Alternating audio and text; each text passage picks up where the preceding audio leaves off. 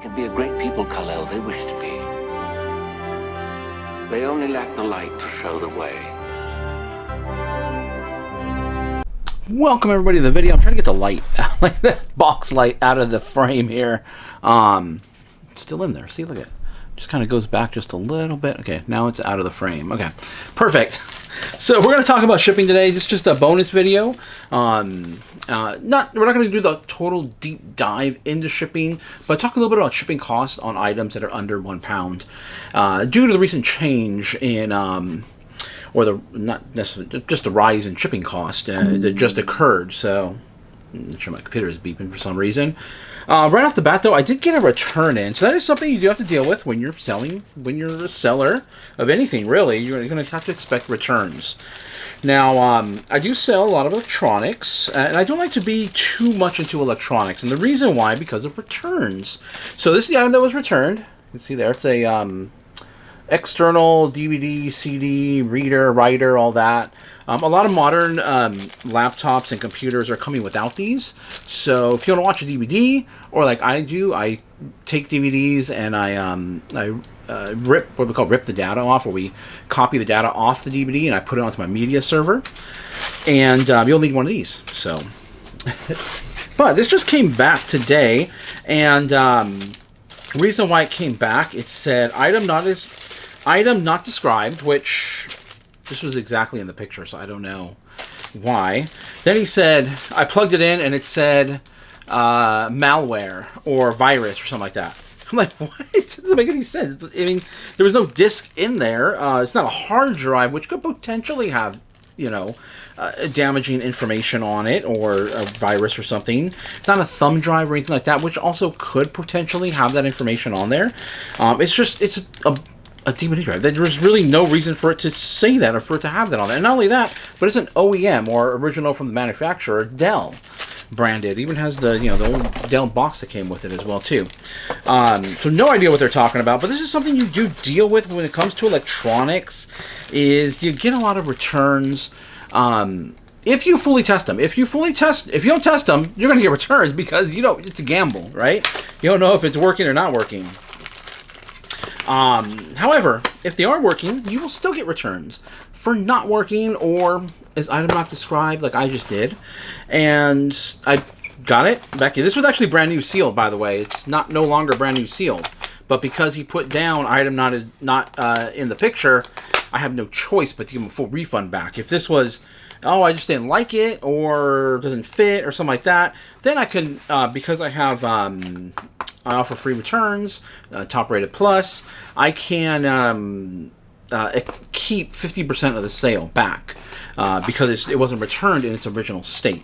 However, if they put not working, if they put not as described, you have to refund them everything back. You really, 99% of the time, there's really no choice in the matter. There are exceptions to every rule, but most of the time, there's no choice in the matter. And this was only $18. Well, total. He sent me an offer, a lowball offer of $11 on this, which they typically go for about $15.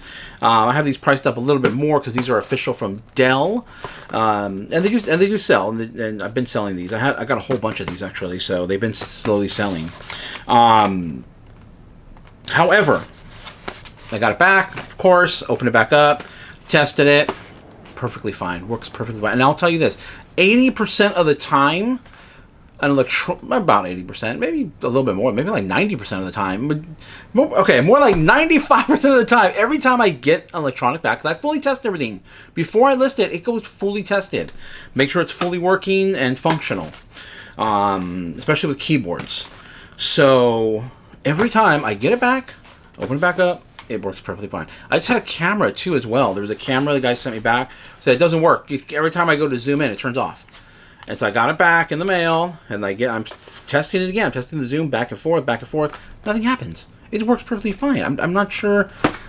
I don't know. I guess just buyer's remorse is probably the reason behind it, and they just, they understand the system, and they know in order to get a full refund, or if you don't offer returns, in order to force a return, you have to say, something like item not as described, or item's not working, something to that effect. So they know their way around things. So that's one thing you deal with electronics a lot.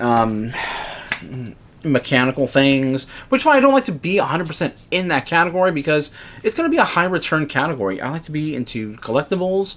I like to be into bags, purses. You guys know I like to sell purses, glassware and stuff like that. So just kind of diversify, hedge myself against returns, basically, for electronics. Okay, let's move on to the shipping side of things. Now, I'll do my little, I'll pop up what I'm looking at here on this side. As you can see, California, Texas, different weights, different prices. We're doing everything under a pound here. I threw the 2 pounds into Florida just so you can show you guys what it costs, $9.69. And this is for a box that's at the most 14 inches by 10 inches by 10 inches.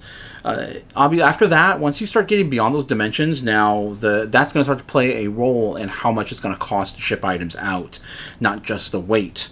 Something like this actually might go down in price if you put the appropriate dimensions for this box in, and it's going to Florida. So it might be less than that $9.69. So that's where the dimensions or cubic pricing comes into play here. But just for a general sense of what it would cost to send all the way to the opposite side of the country, $9.69. Okay, but most of my items here go out under a pound, which is great because I can throw most of them. I can throw into poly bags. Most of them, not all of them. Not like hats. Hats got to go in a box so they can keep the shape. But we still get those hats to around 10 ounces in total weight. Now remember, total weight. So shipping supplies, box, if there's any packaging material, plus the item. So, I also too do this as well. I will make a little bit off the shipping using this. Let me just, I see a little bit of my light still in the camera there. So with this structure here, I use this structure to kind of estimate what I'm going to have the buyer pay for shipping. Now, I still, like I said, I still do make money on the shipping. I don't make very much, $1-ish, somewhere around there. Maybe it's less, maybe it's a little bit more. It's right around $1 on average is what I'll make per package that goes out. And that goes to the cost of the packaging material, because we're still going to pay for that and buy that.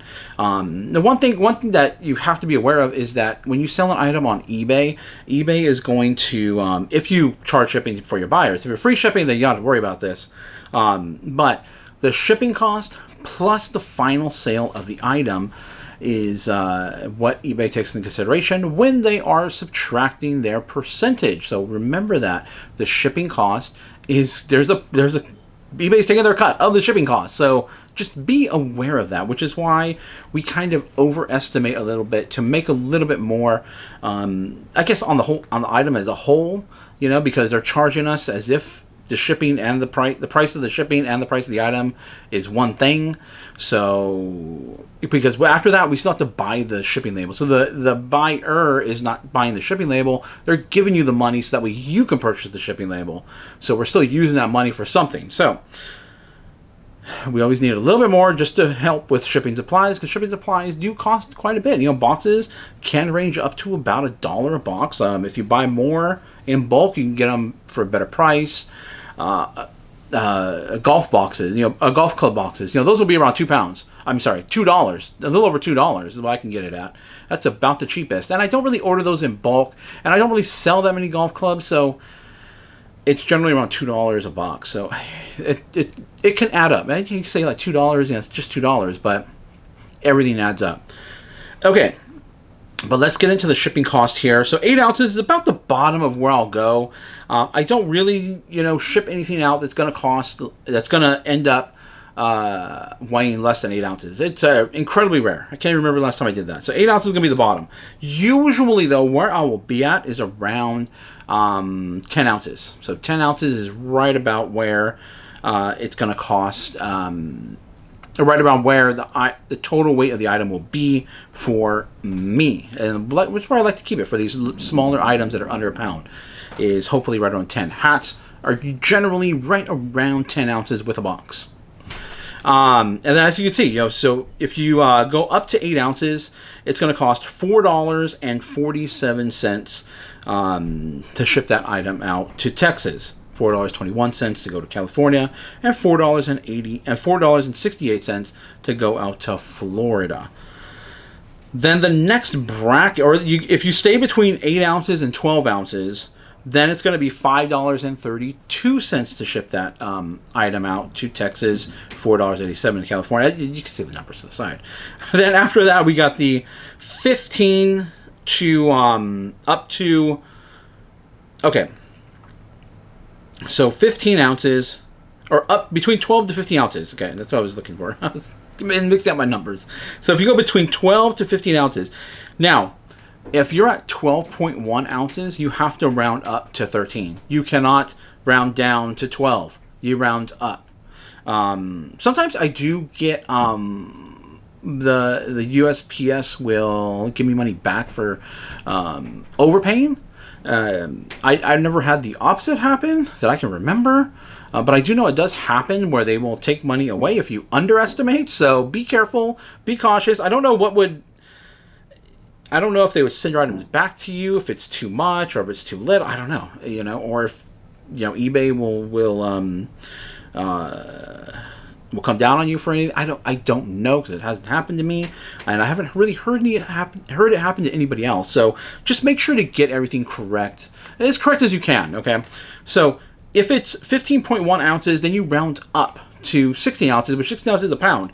Now, as you can see, 1 pound is now we're talking a big difference. If you're staying generally within your state or in the surrounding states around you, there's different zones as well too. I don't know all the zones.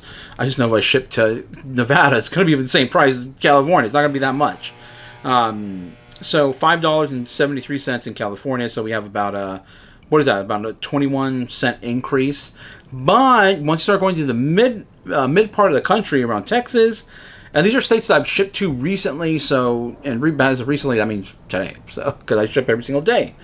So you see, Texas, though, we're up over $1 now. We're at $7.71. So, and then Florida, obviously, we're close. We're getting close to $2 now. It's under $2, but it's getting close to $2. But as you can see, everything is going up in price. And now what I'm started to change because of these new increases in prices. It's more so because of the jump in 1 pound. After 1 pound, then if it goes 1 pound 1 ounce, then you automatically go to 2 pounds. So there's no you have no choice. You can kind of maybe take out sacrifice the padding or something on your thing to make it less. But I wouldn't want my item to get damaged in shipping either, because that could be a more significant cost than just worrying about the higher shipping charge. So really my concern has been as of late, due to the rise in prices, is that 1 pound rate right there. We have $8.44, so we're approaching almost $2, and I'm pretty sure come next year sometime it's going to be a $2 change. Now shipping to probably to Texas is if it goes for a pound, it's going to probably be around close to $9 now. Now we're talking quite a bit. In my opinion. So what I'm doing to kind of help myself, and also that shipping supplies are going up. The prices of the boxes that I order are going up. It's not crazy, but it's slightly going up. So I do have to take that into consideration. So what I'm going to be doing is probably for those items that I know with packaging material are going to be right around 13 ounces, not over. Around 13 ounces, I'm probably going to put 1 pound for those now. It is going to increase the shipping cost for the buyer, but I kind of have to cover myself, and try to somehow recoup a little bit more, so that way I have more money for shipping. Because I'm obviously ordering more boxes. I want to increase my sales this year, and which I've already done it, to a pretty good extent so far, and I want to keep increasing it. And what happens with increasing sales? Increasing shipping supplies, and we're spending more on shipping supplies. We're ordering more. I'm ordering more bubble mailers. I'm ordering more and more bubble mailers every single month. Every single month, we're ordering more than what I did 2 or 3 months ago. Earlier in the year, things kind of started off a little slow, and I was a little concerned, and we made some changes. We're doing some more advertising, which I will talk about in a future video as well too, about offsite, because I've been playing around with offsite ads as of late. I believe I mentioned that several videos ago that I was going to start to look into that, and I think it's really paying off. So I'm definitely going to do a bit of a little more of a deeper dive video into offsite ads and my experience with it. I'm just waiting for some more data to come in on that, and hopefully it's all positive. That's hopefully it's all, yes, I'm spending more to get more sales to hopefully make more. So yeah, spend money to make money. And the shipping, obviously I'm going to try to hopefully squeeze out a few more nickels or dimes here out of the shipping. I don't know if I can go too high. I know some people that charge I think it's just anything under £1, they charge a flat $8. That's it. It's $8 no matter what. And some people that are here on YouTube, they charge like a flat $8 or $8.50, I believe is what some people also charge as well, for anything under £1. So whatever you order, I mean, if it could be like this little thing right here, you order from them, and yeah, I doubt this is an official Apple charger, so maybe $7 plus on top of that $8.50 to ship this out to you, no matter what the weight. I just like to I think it helps with my sales to not set just it's going to be $8 for anything under £1. I don't really like to do that, just to be a little bit more competitive. I mean, every dollar counts. I know when I'm on there looking for items, I'm definitely looking at shipping, what the cost of shipping is, where this person is, how much is it going to cost me, the overall cost. I mean, everybody does. Everybody looks at the overall cost of an item, So trying to bring it down, $1 or $2 is, but yet still try to make a little bit more just to help cover my cost as well too. In the end, it's all a delicate balancing game.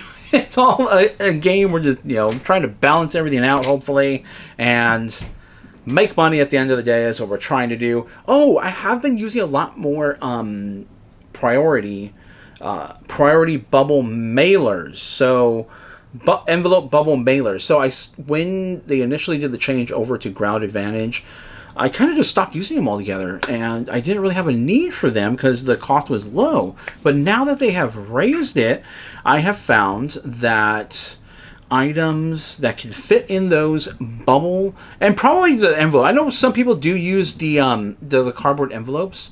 I don't know. I just don't like it. I just don't like to it's just cardboard. I don't know. I prefer the bubble mailer.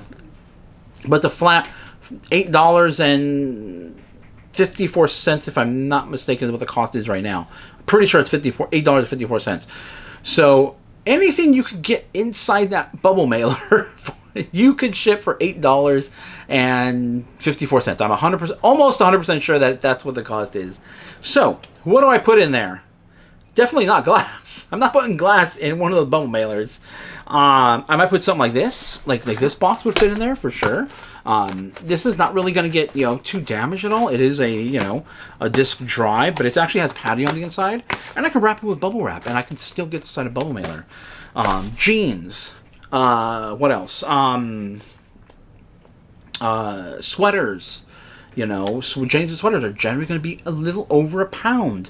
And once you get a little over £1, for Ground Advantage, you have to round up to £2.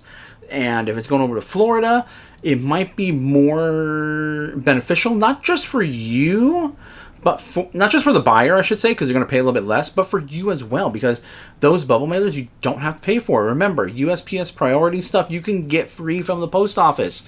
So you're going to save on not having to use your own bubble mailer or your own box or whatever, whatever priority stuff that you want to use.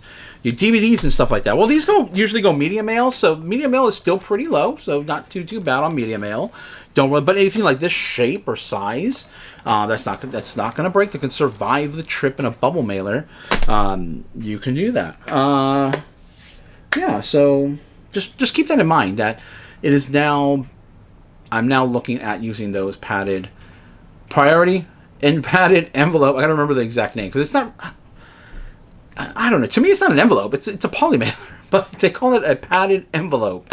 So the padded envelope priority mail Just remember that you can still use those. You can still get those for free. $8.54. It's definitely more cost effective now to use that to ship on the other side of the country for items that can survive the trip in a bubble mailer and can actually fit in those things. You can stretch them out a little bit too, and you can get a little bit more in there. I've done it. Otherwise, thank you guys for watching. I hope you guys enjoyed the video. I hope this helped you out a little bit. Give you a little more insight into the whole shipping side of things. I know that can get really confusing and can deter a lot of people, and it can cost people money in the long run if you don't do it correctly. If you guys have any comments, questions, leave them down below in the comment section. Otherwise, please hit the thumbs up to like the video, subscribe, and hit the bell notification to get notified when these bonus videos come out. My regular videos, Monday, Wednesday, Friday. And those are the Goodwill flea market shopping videos.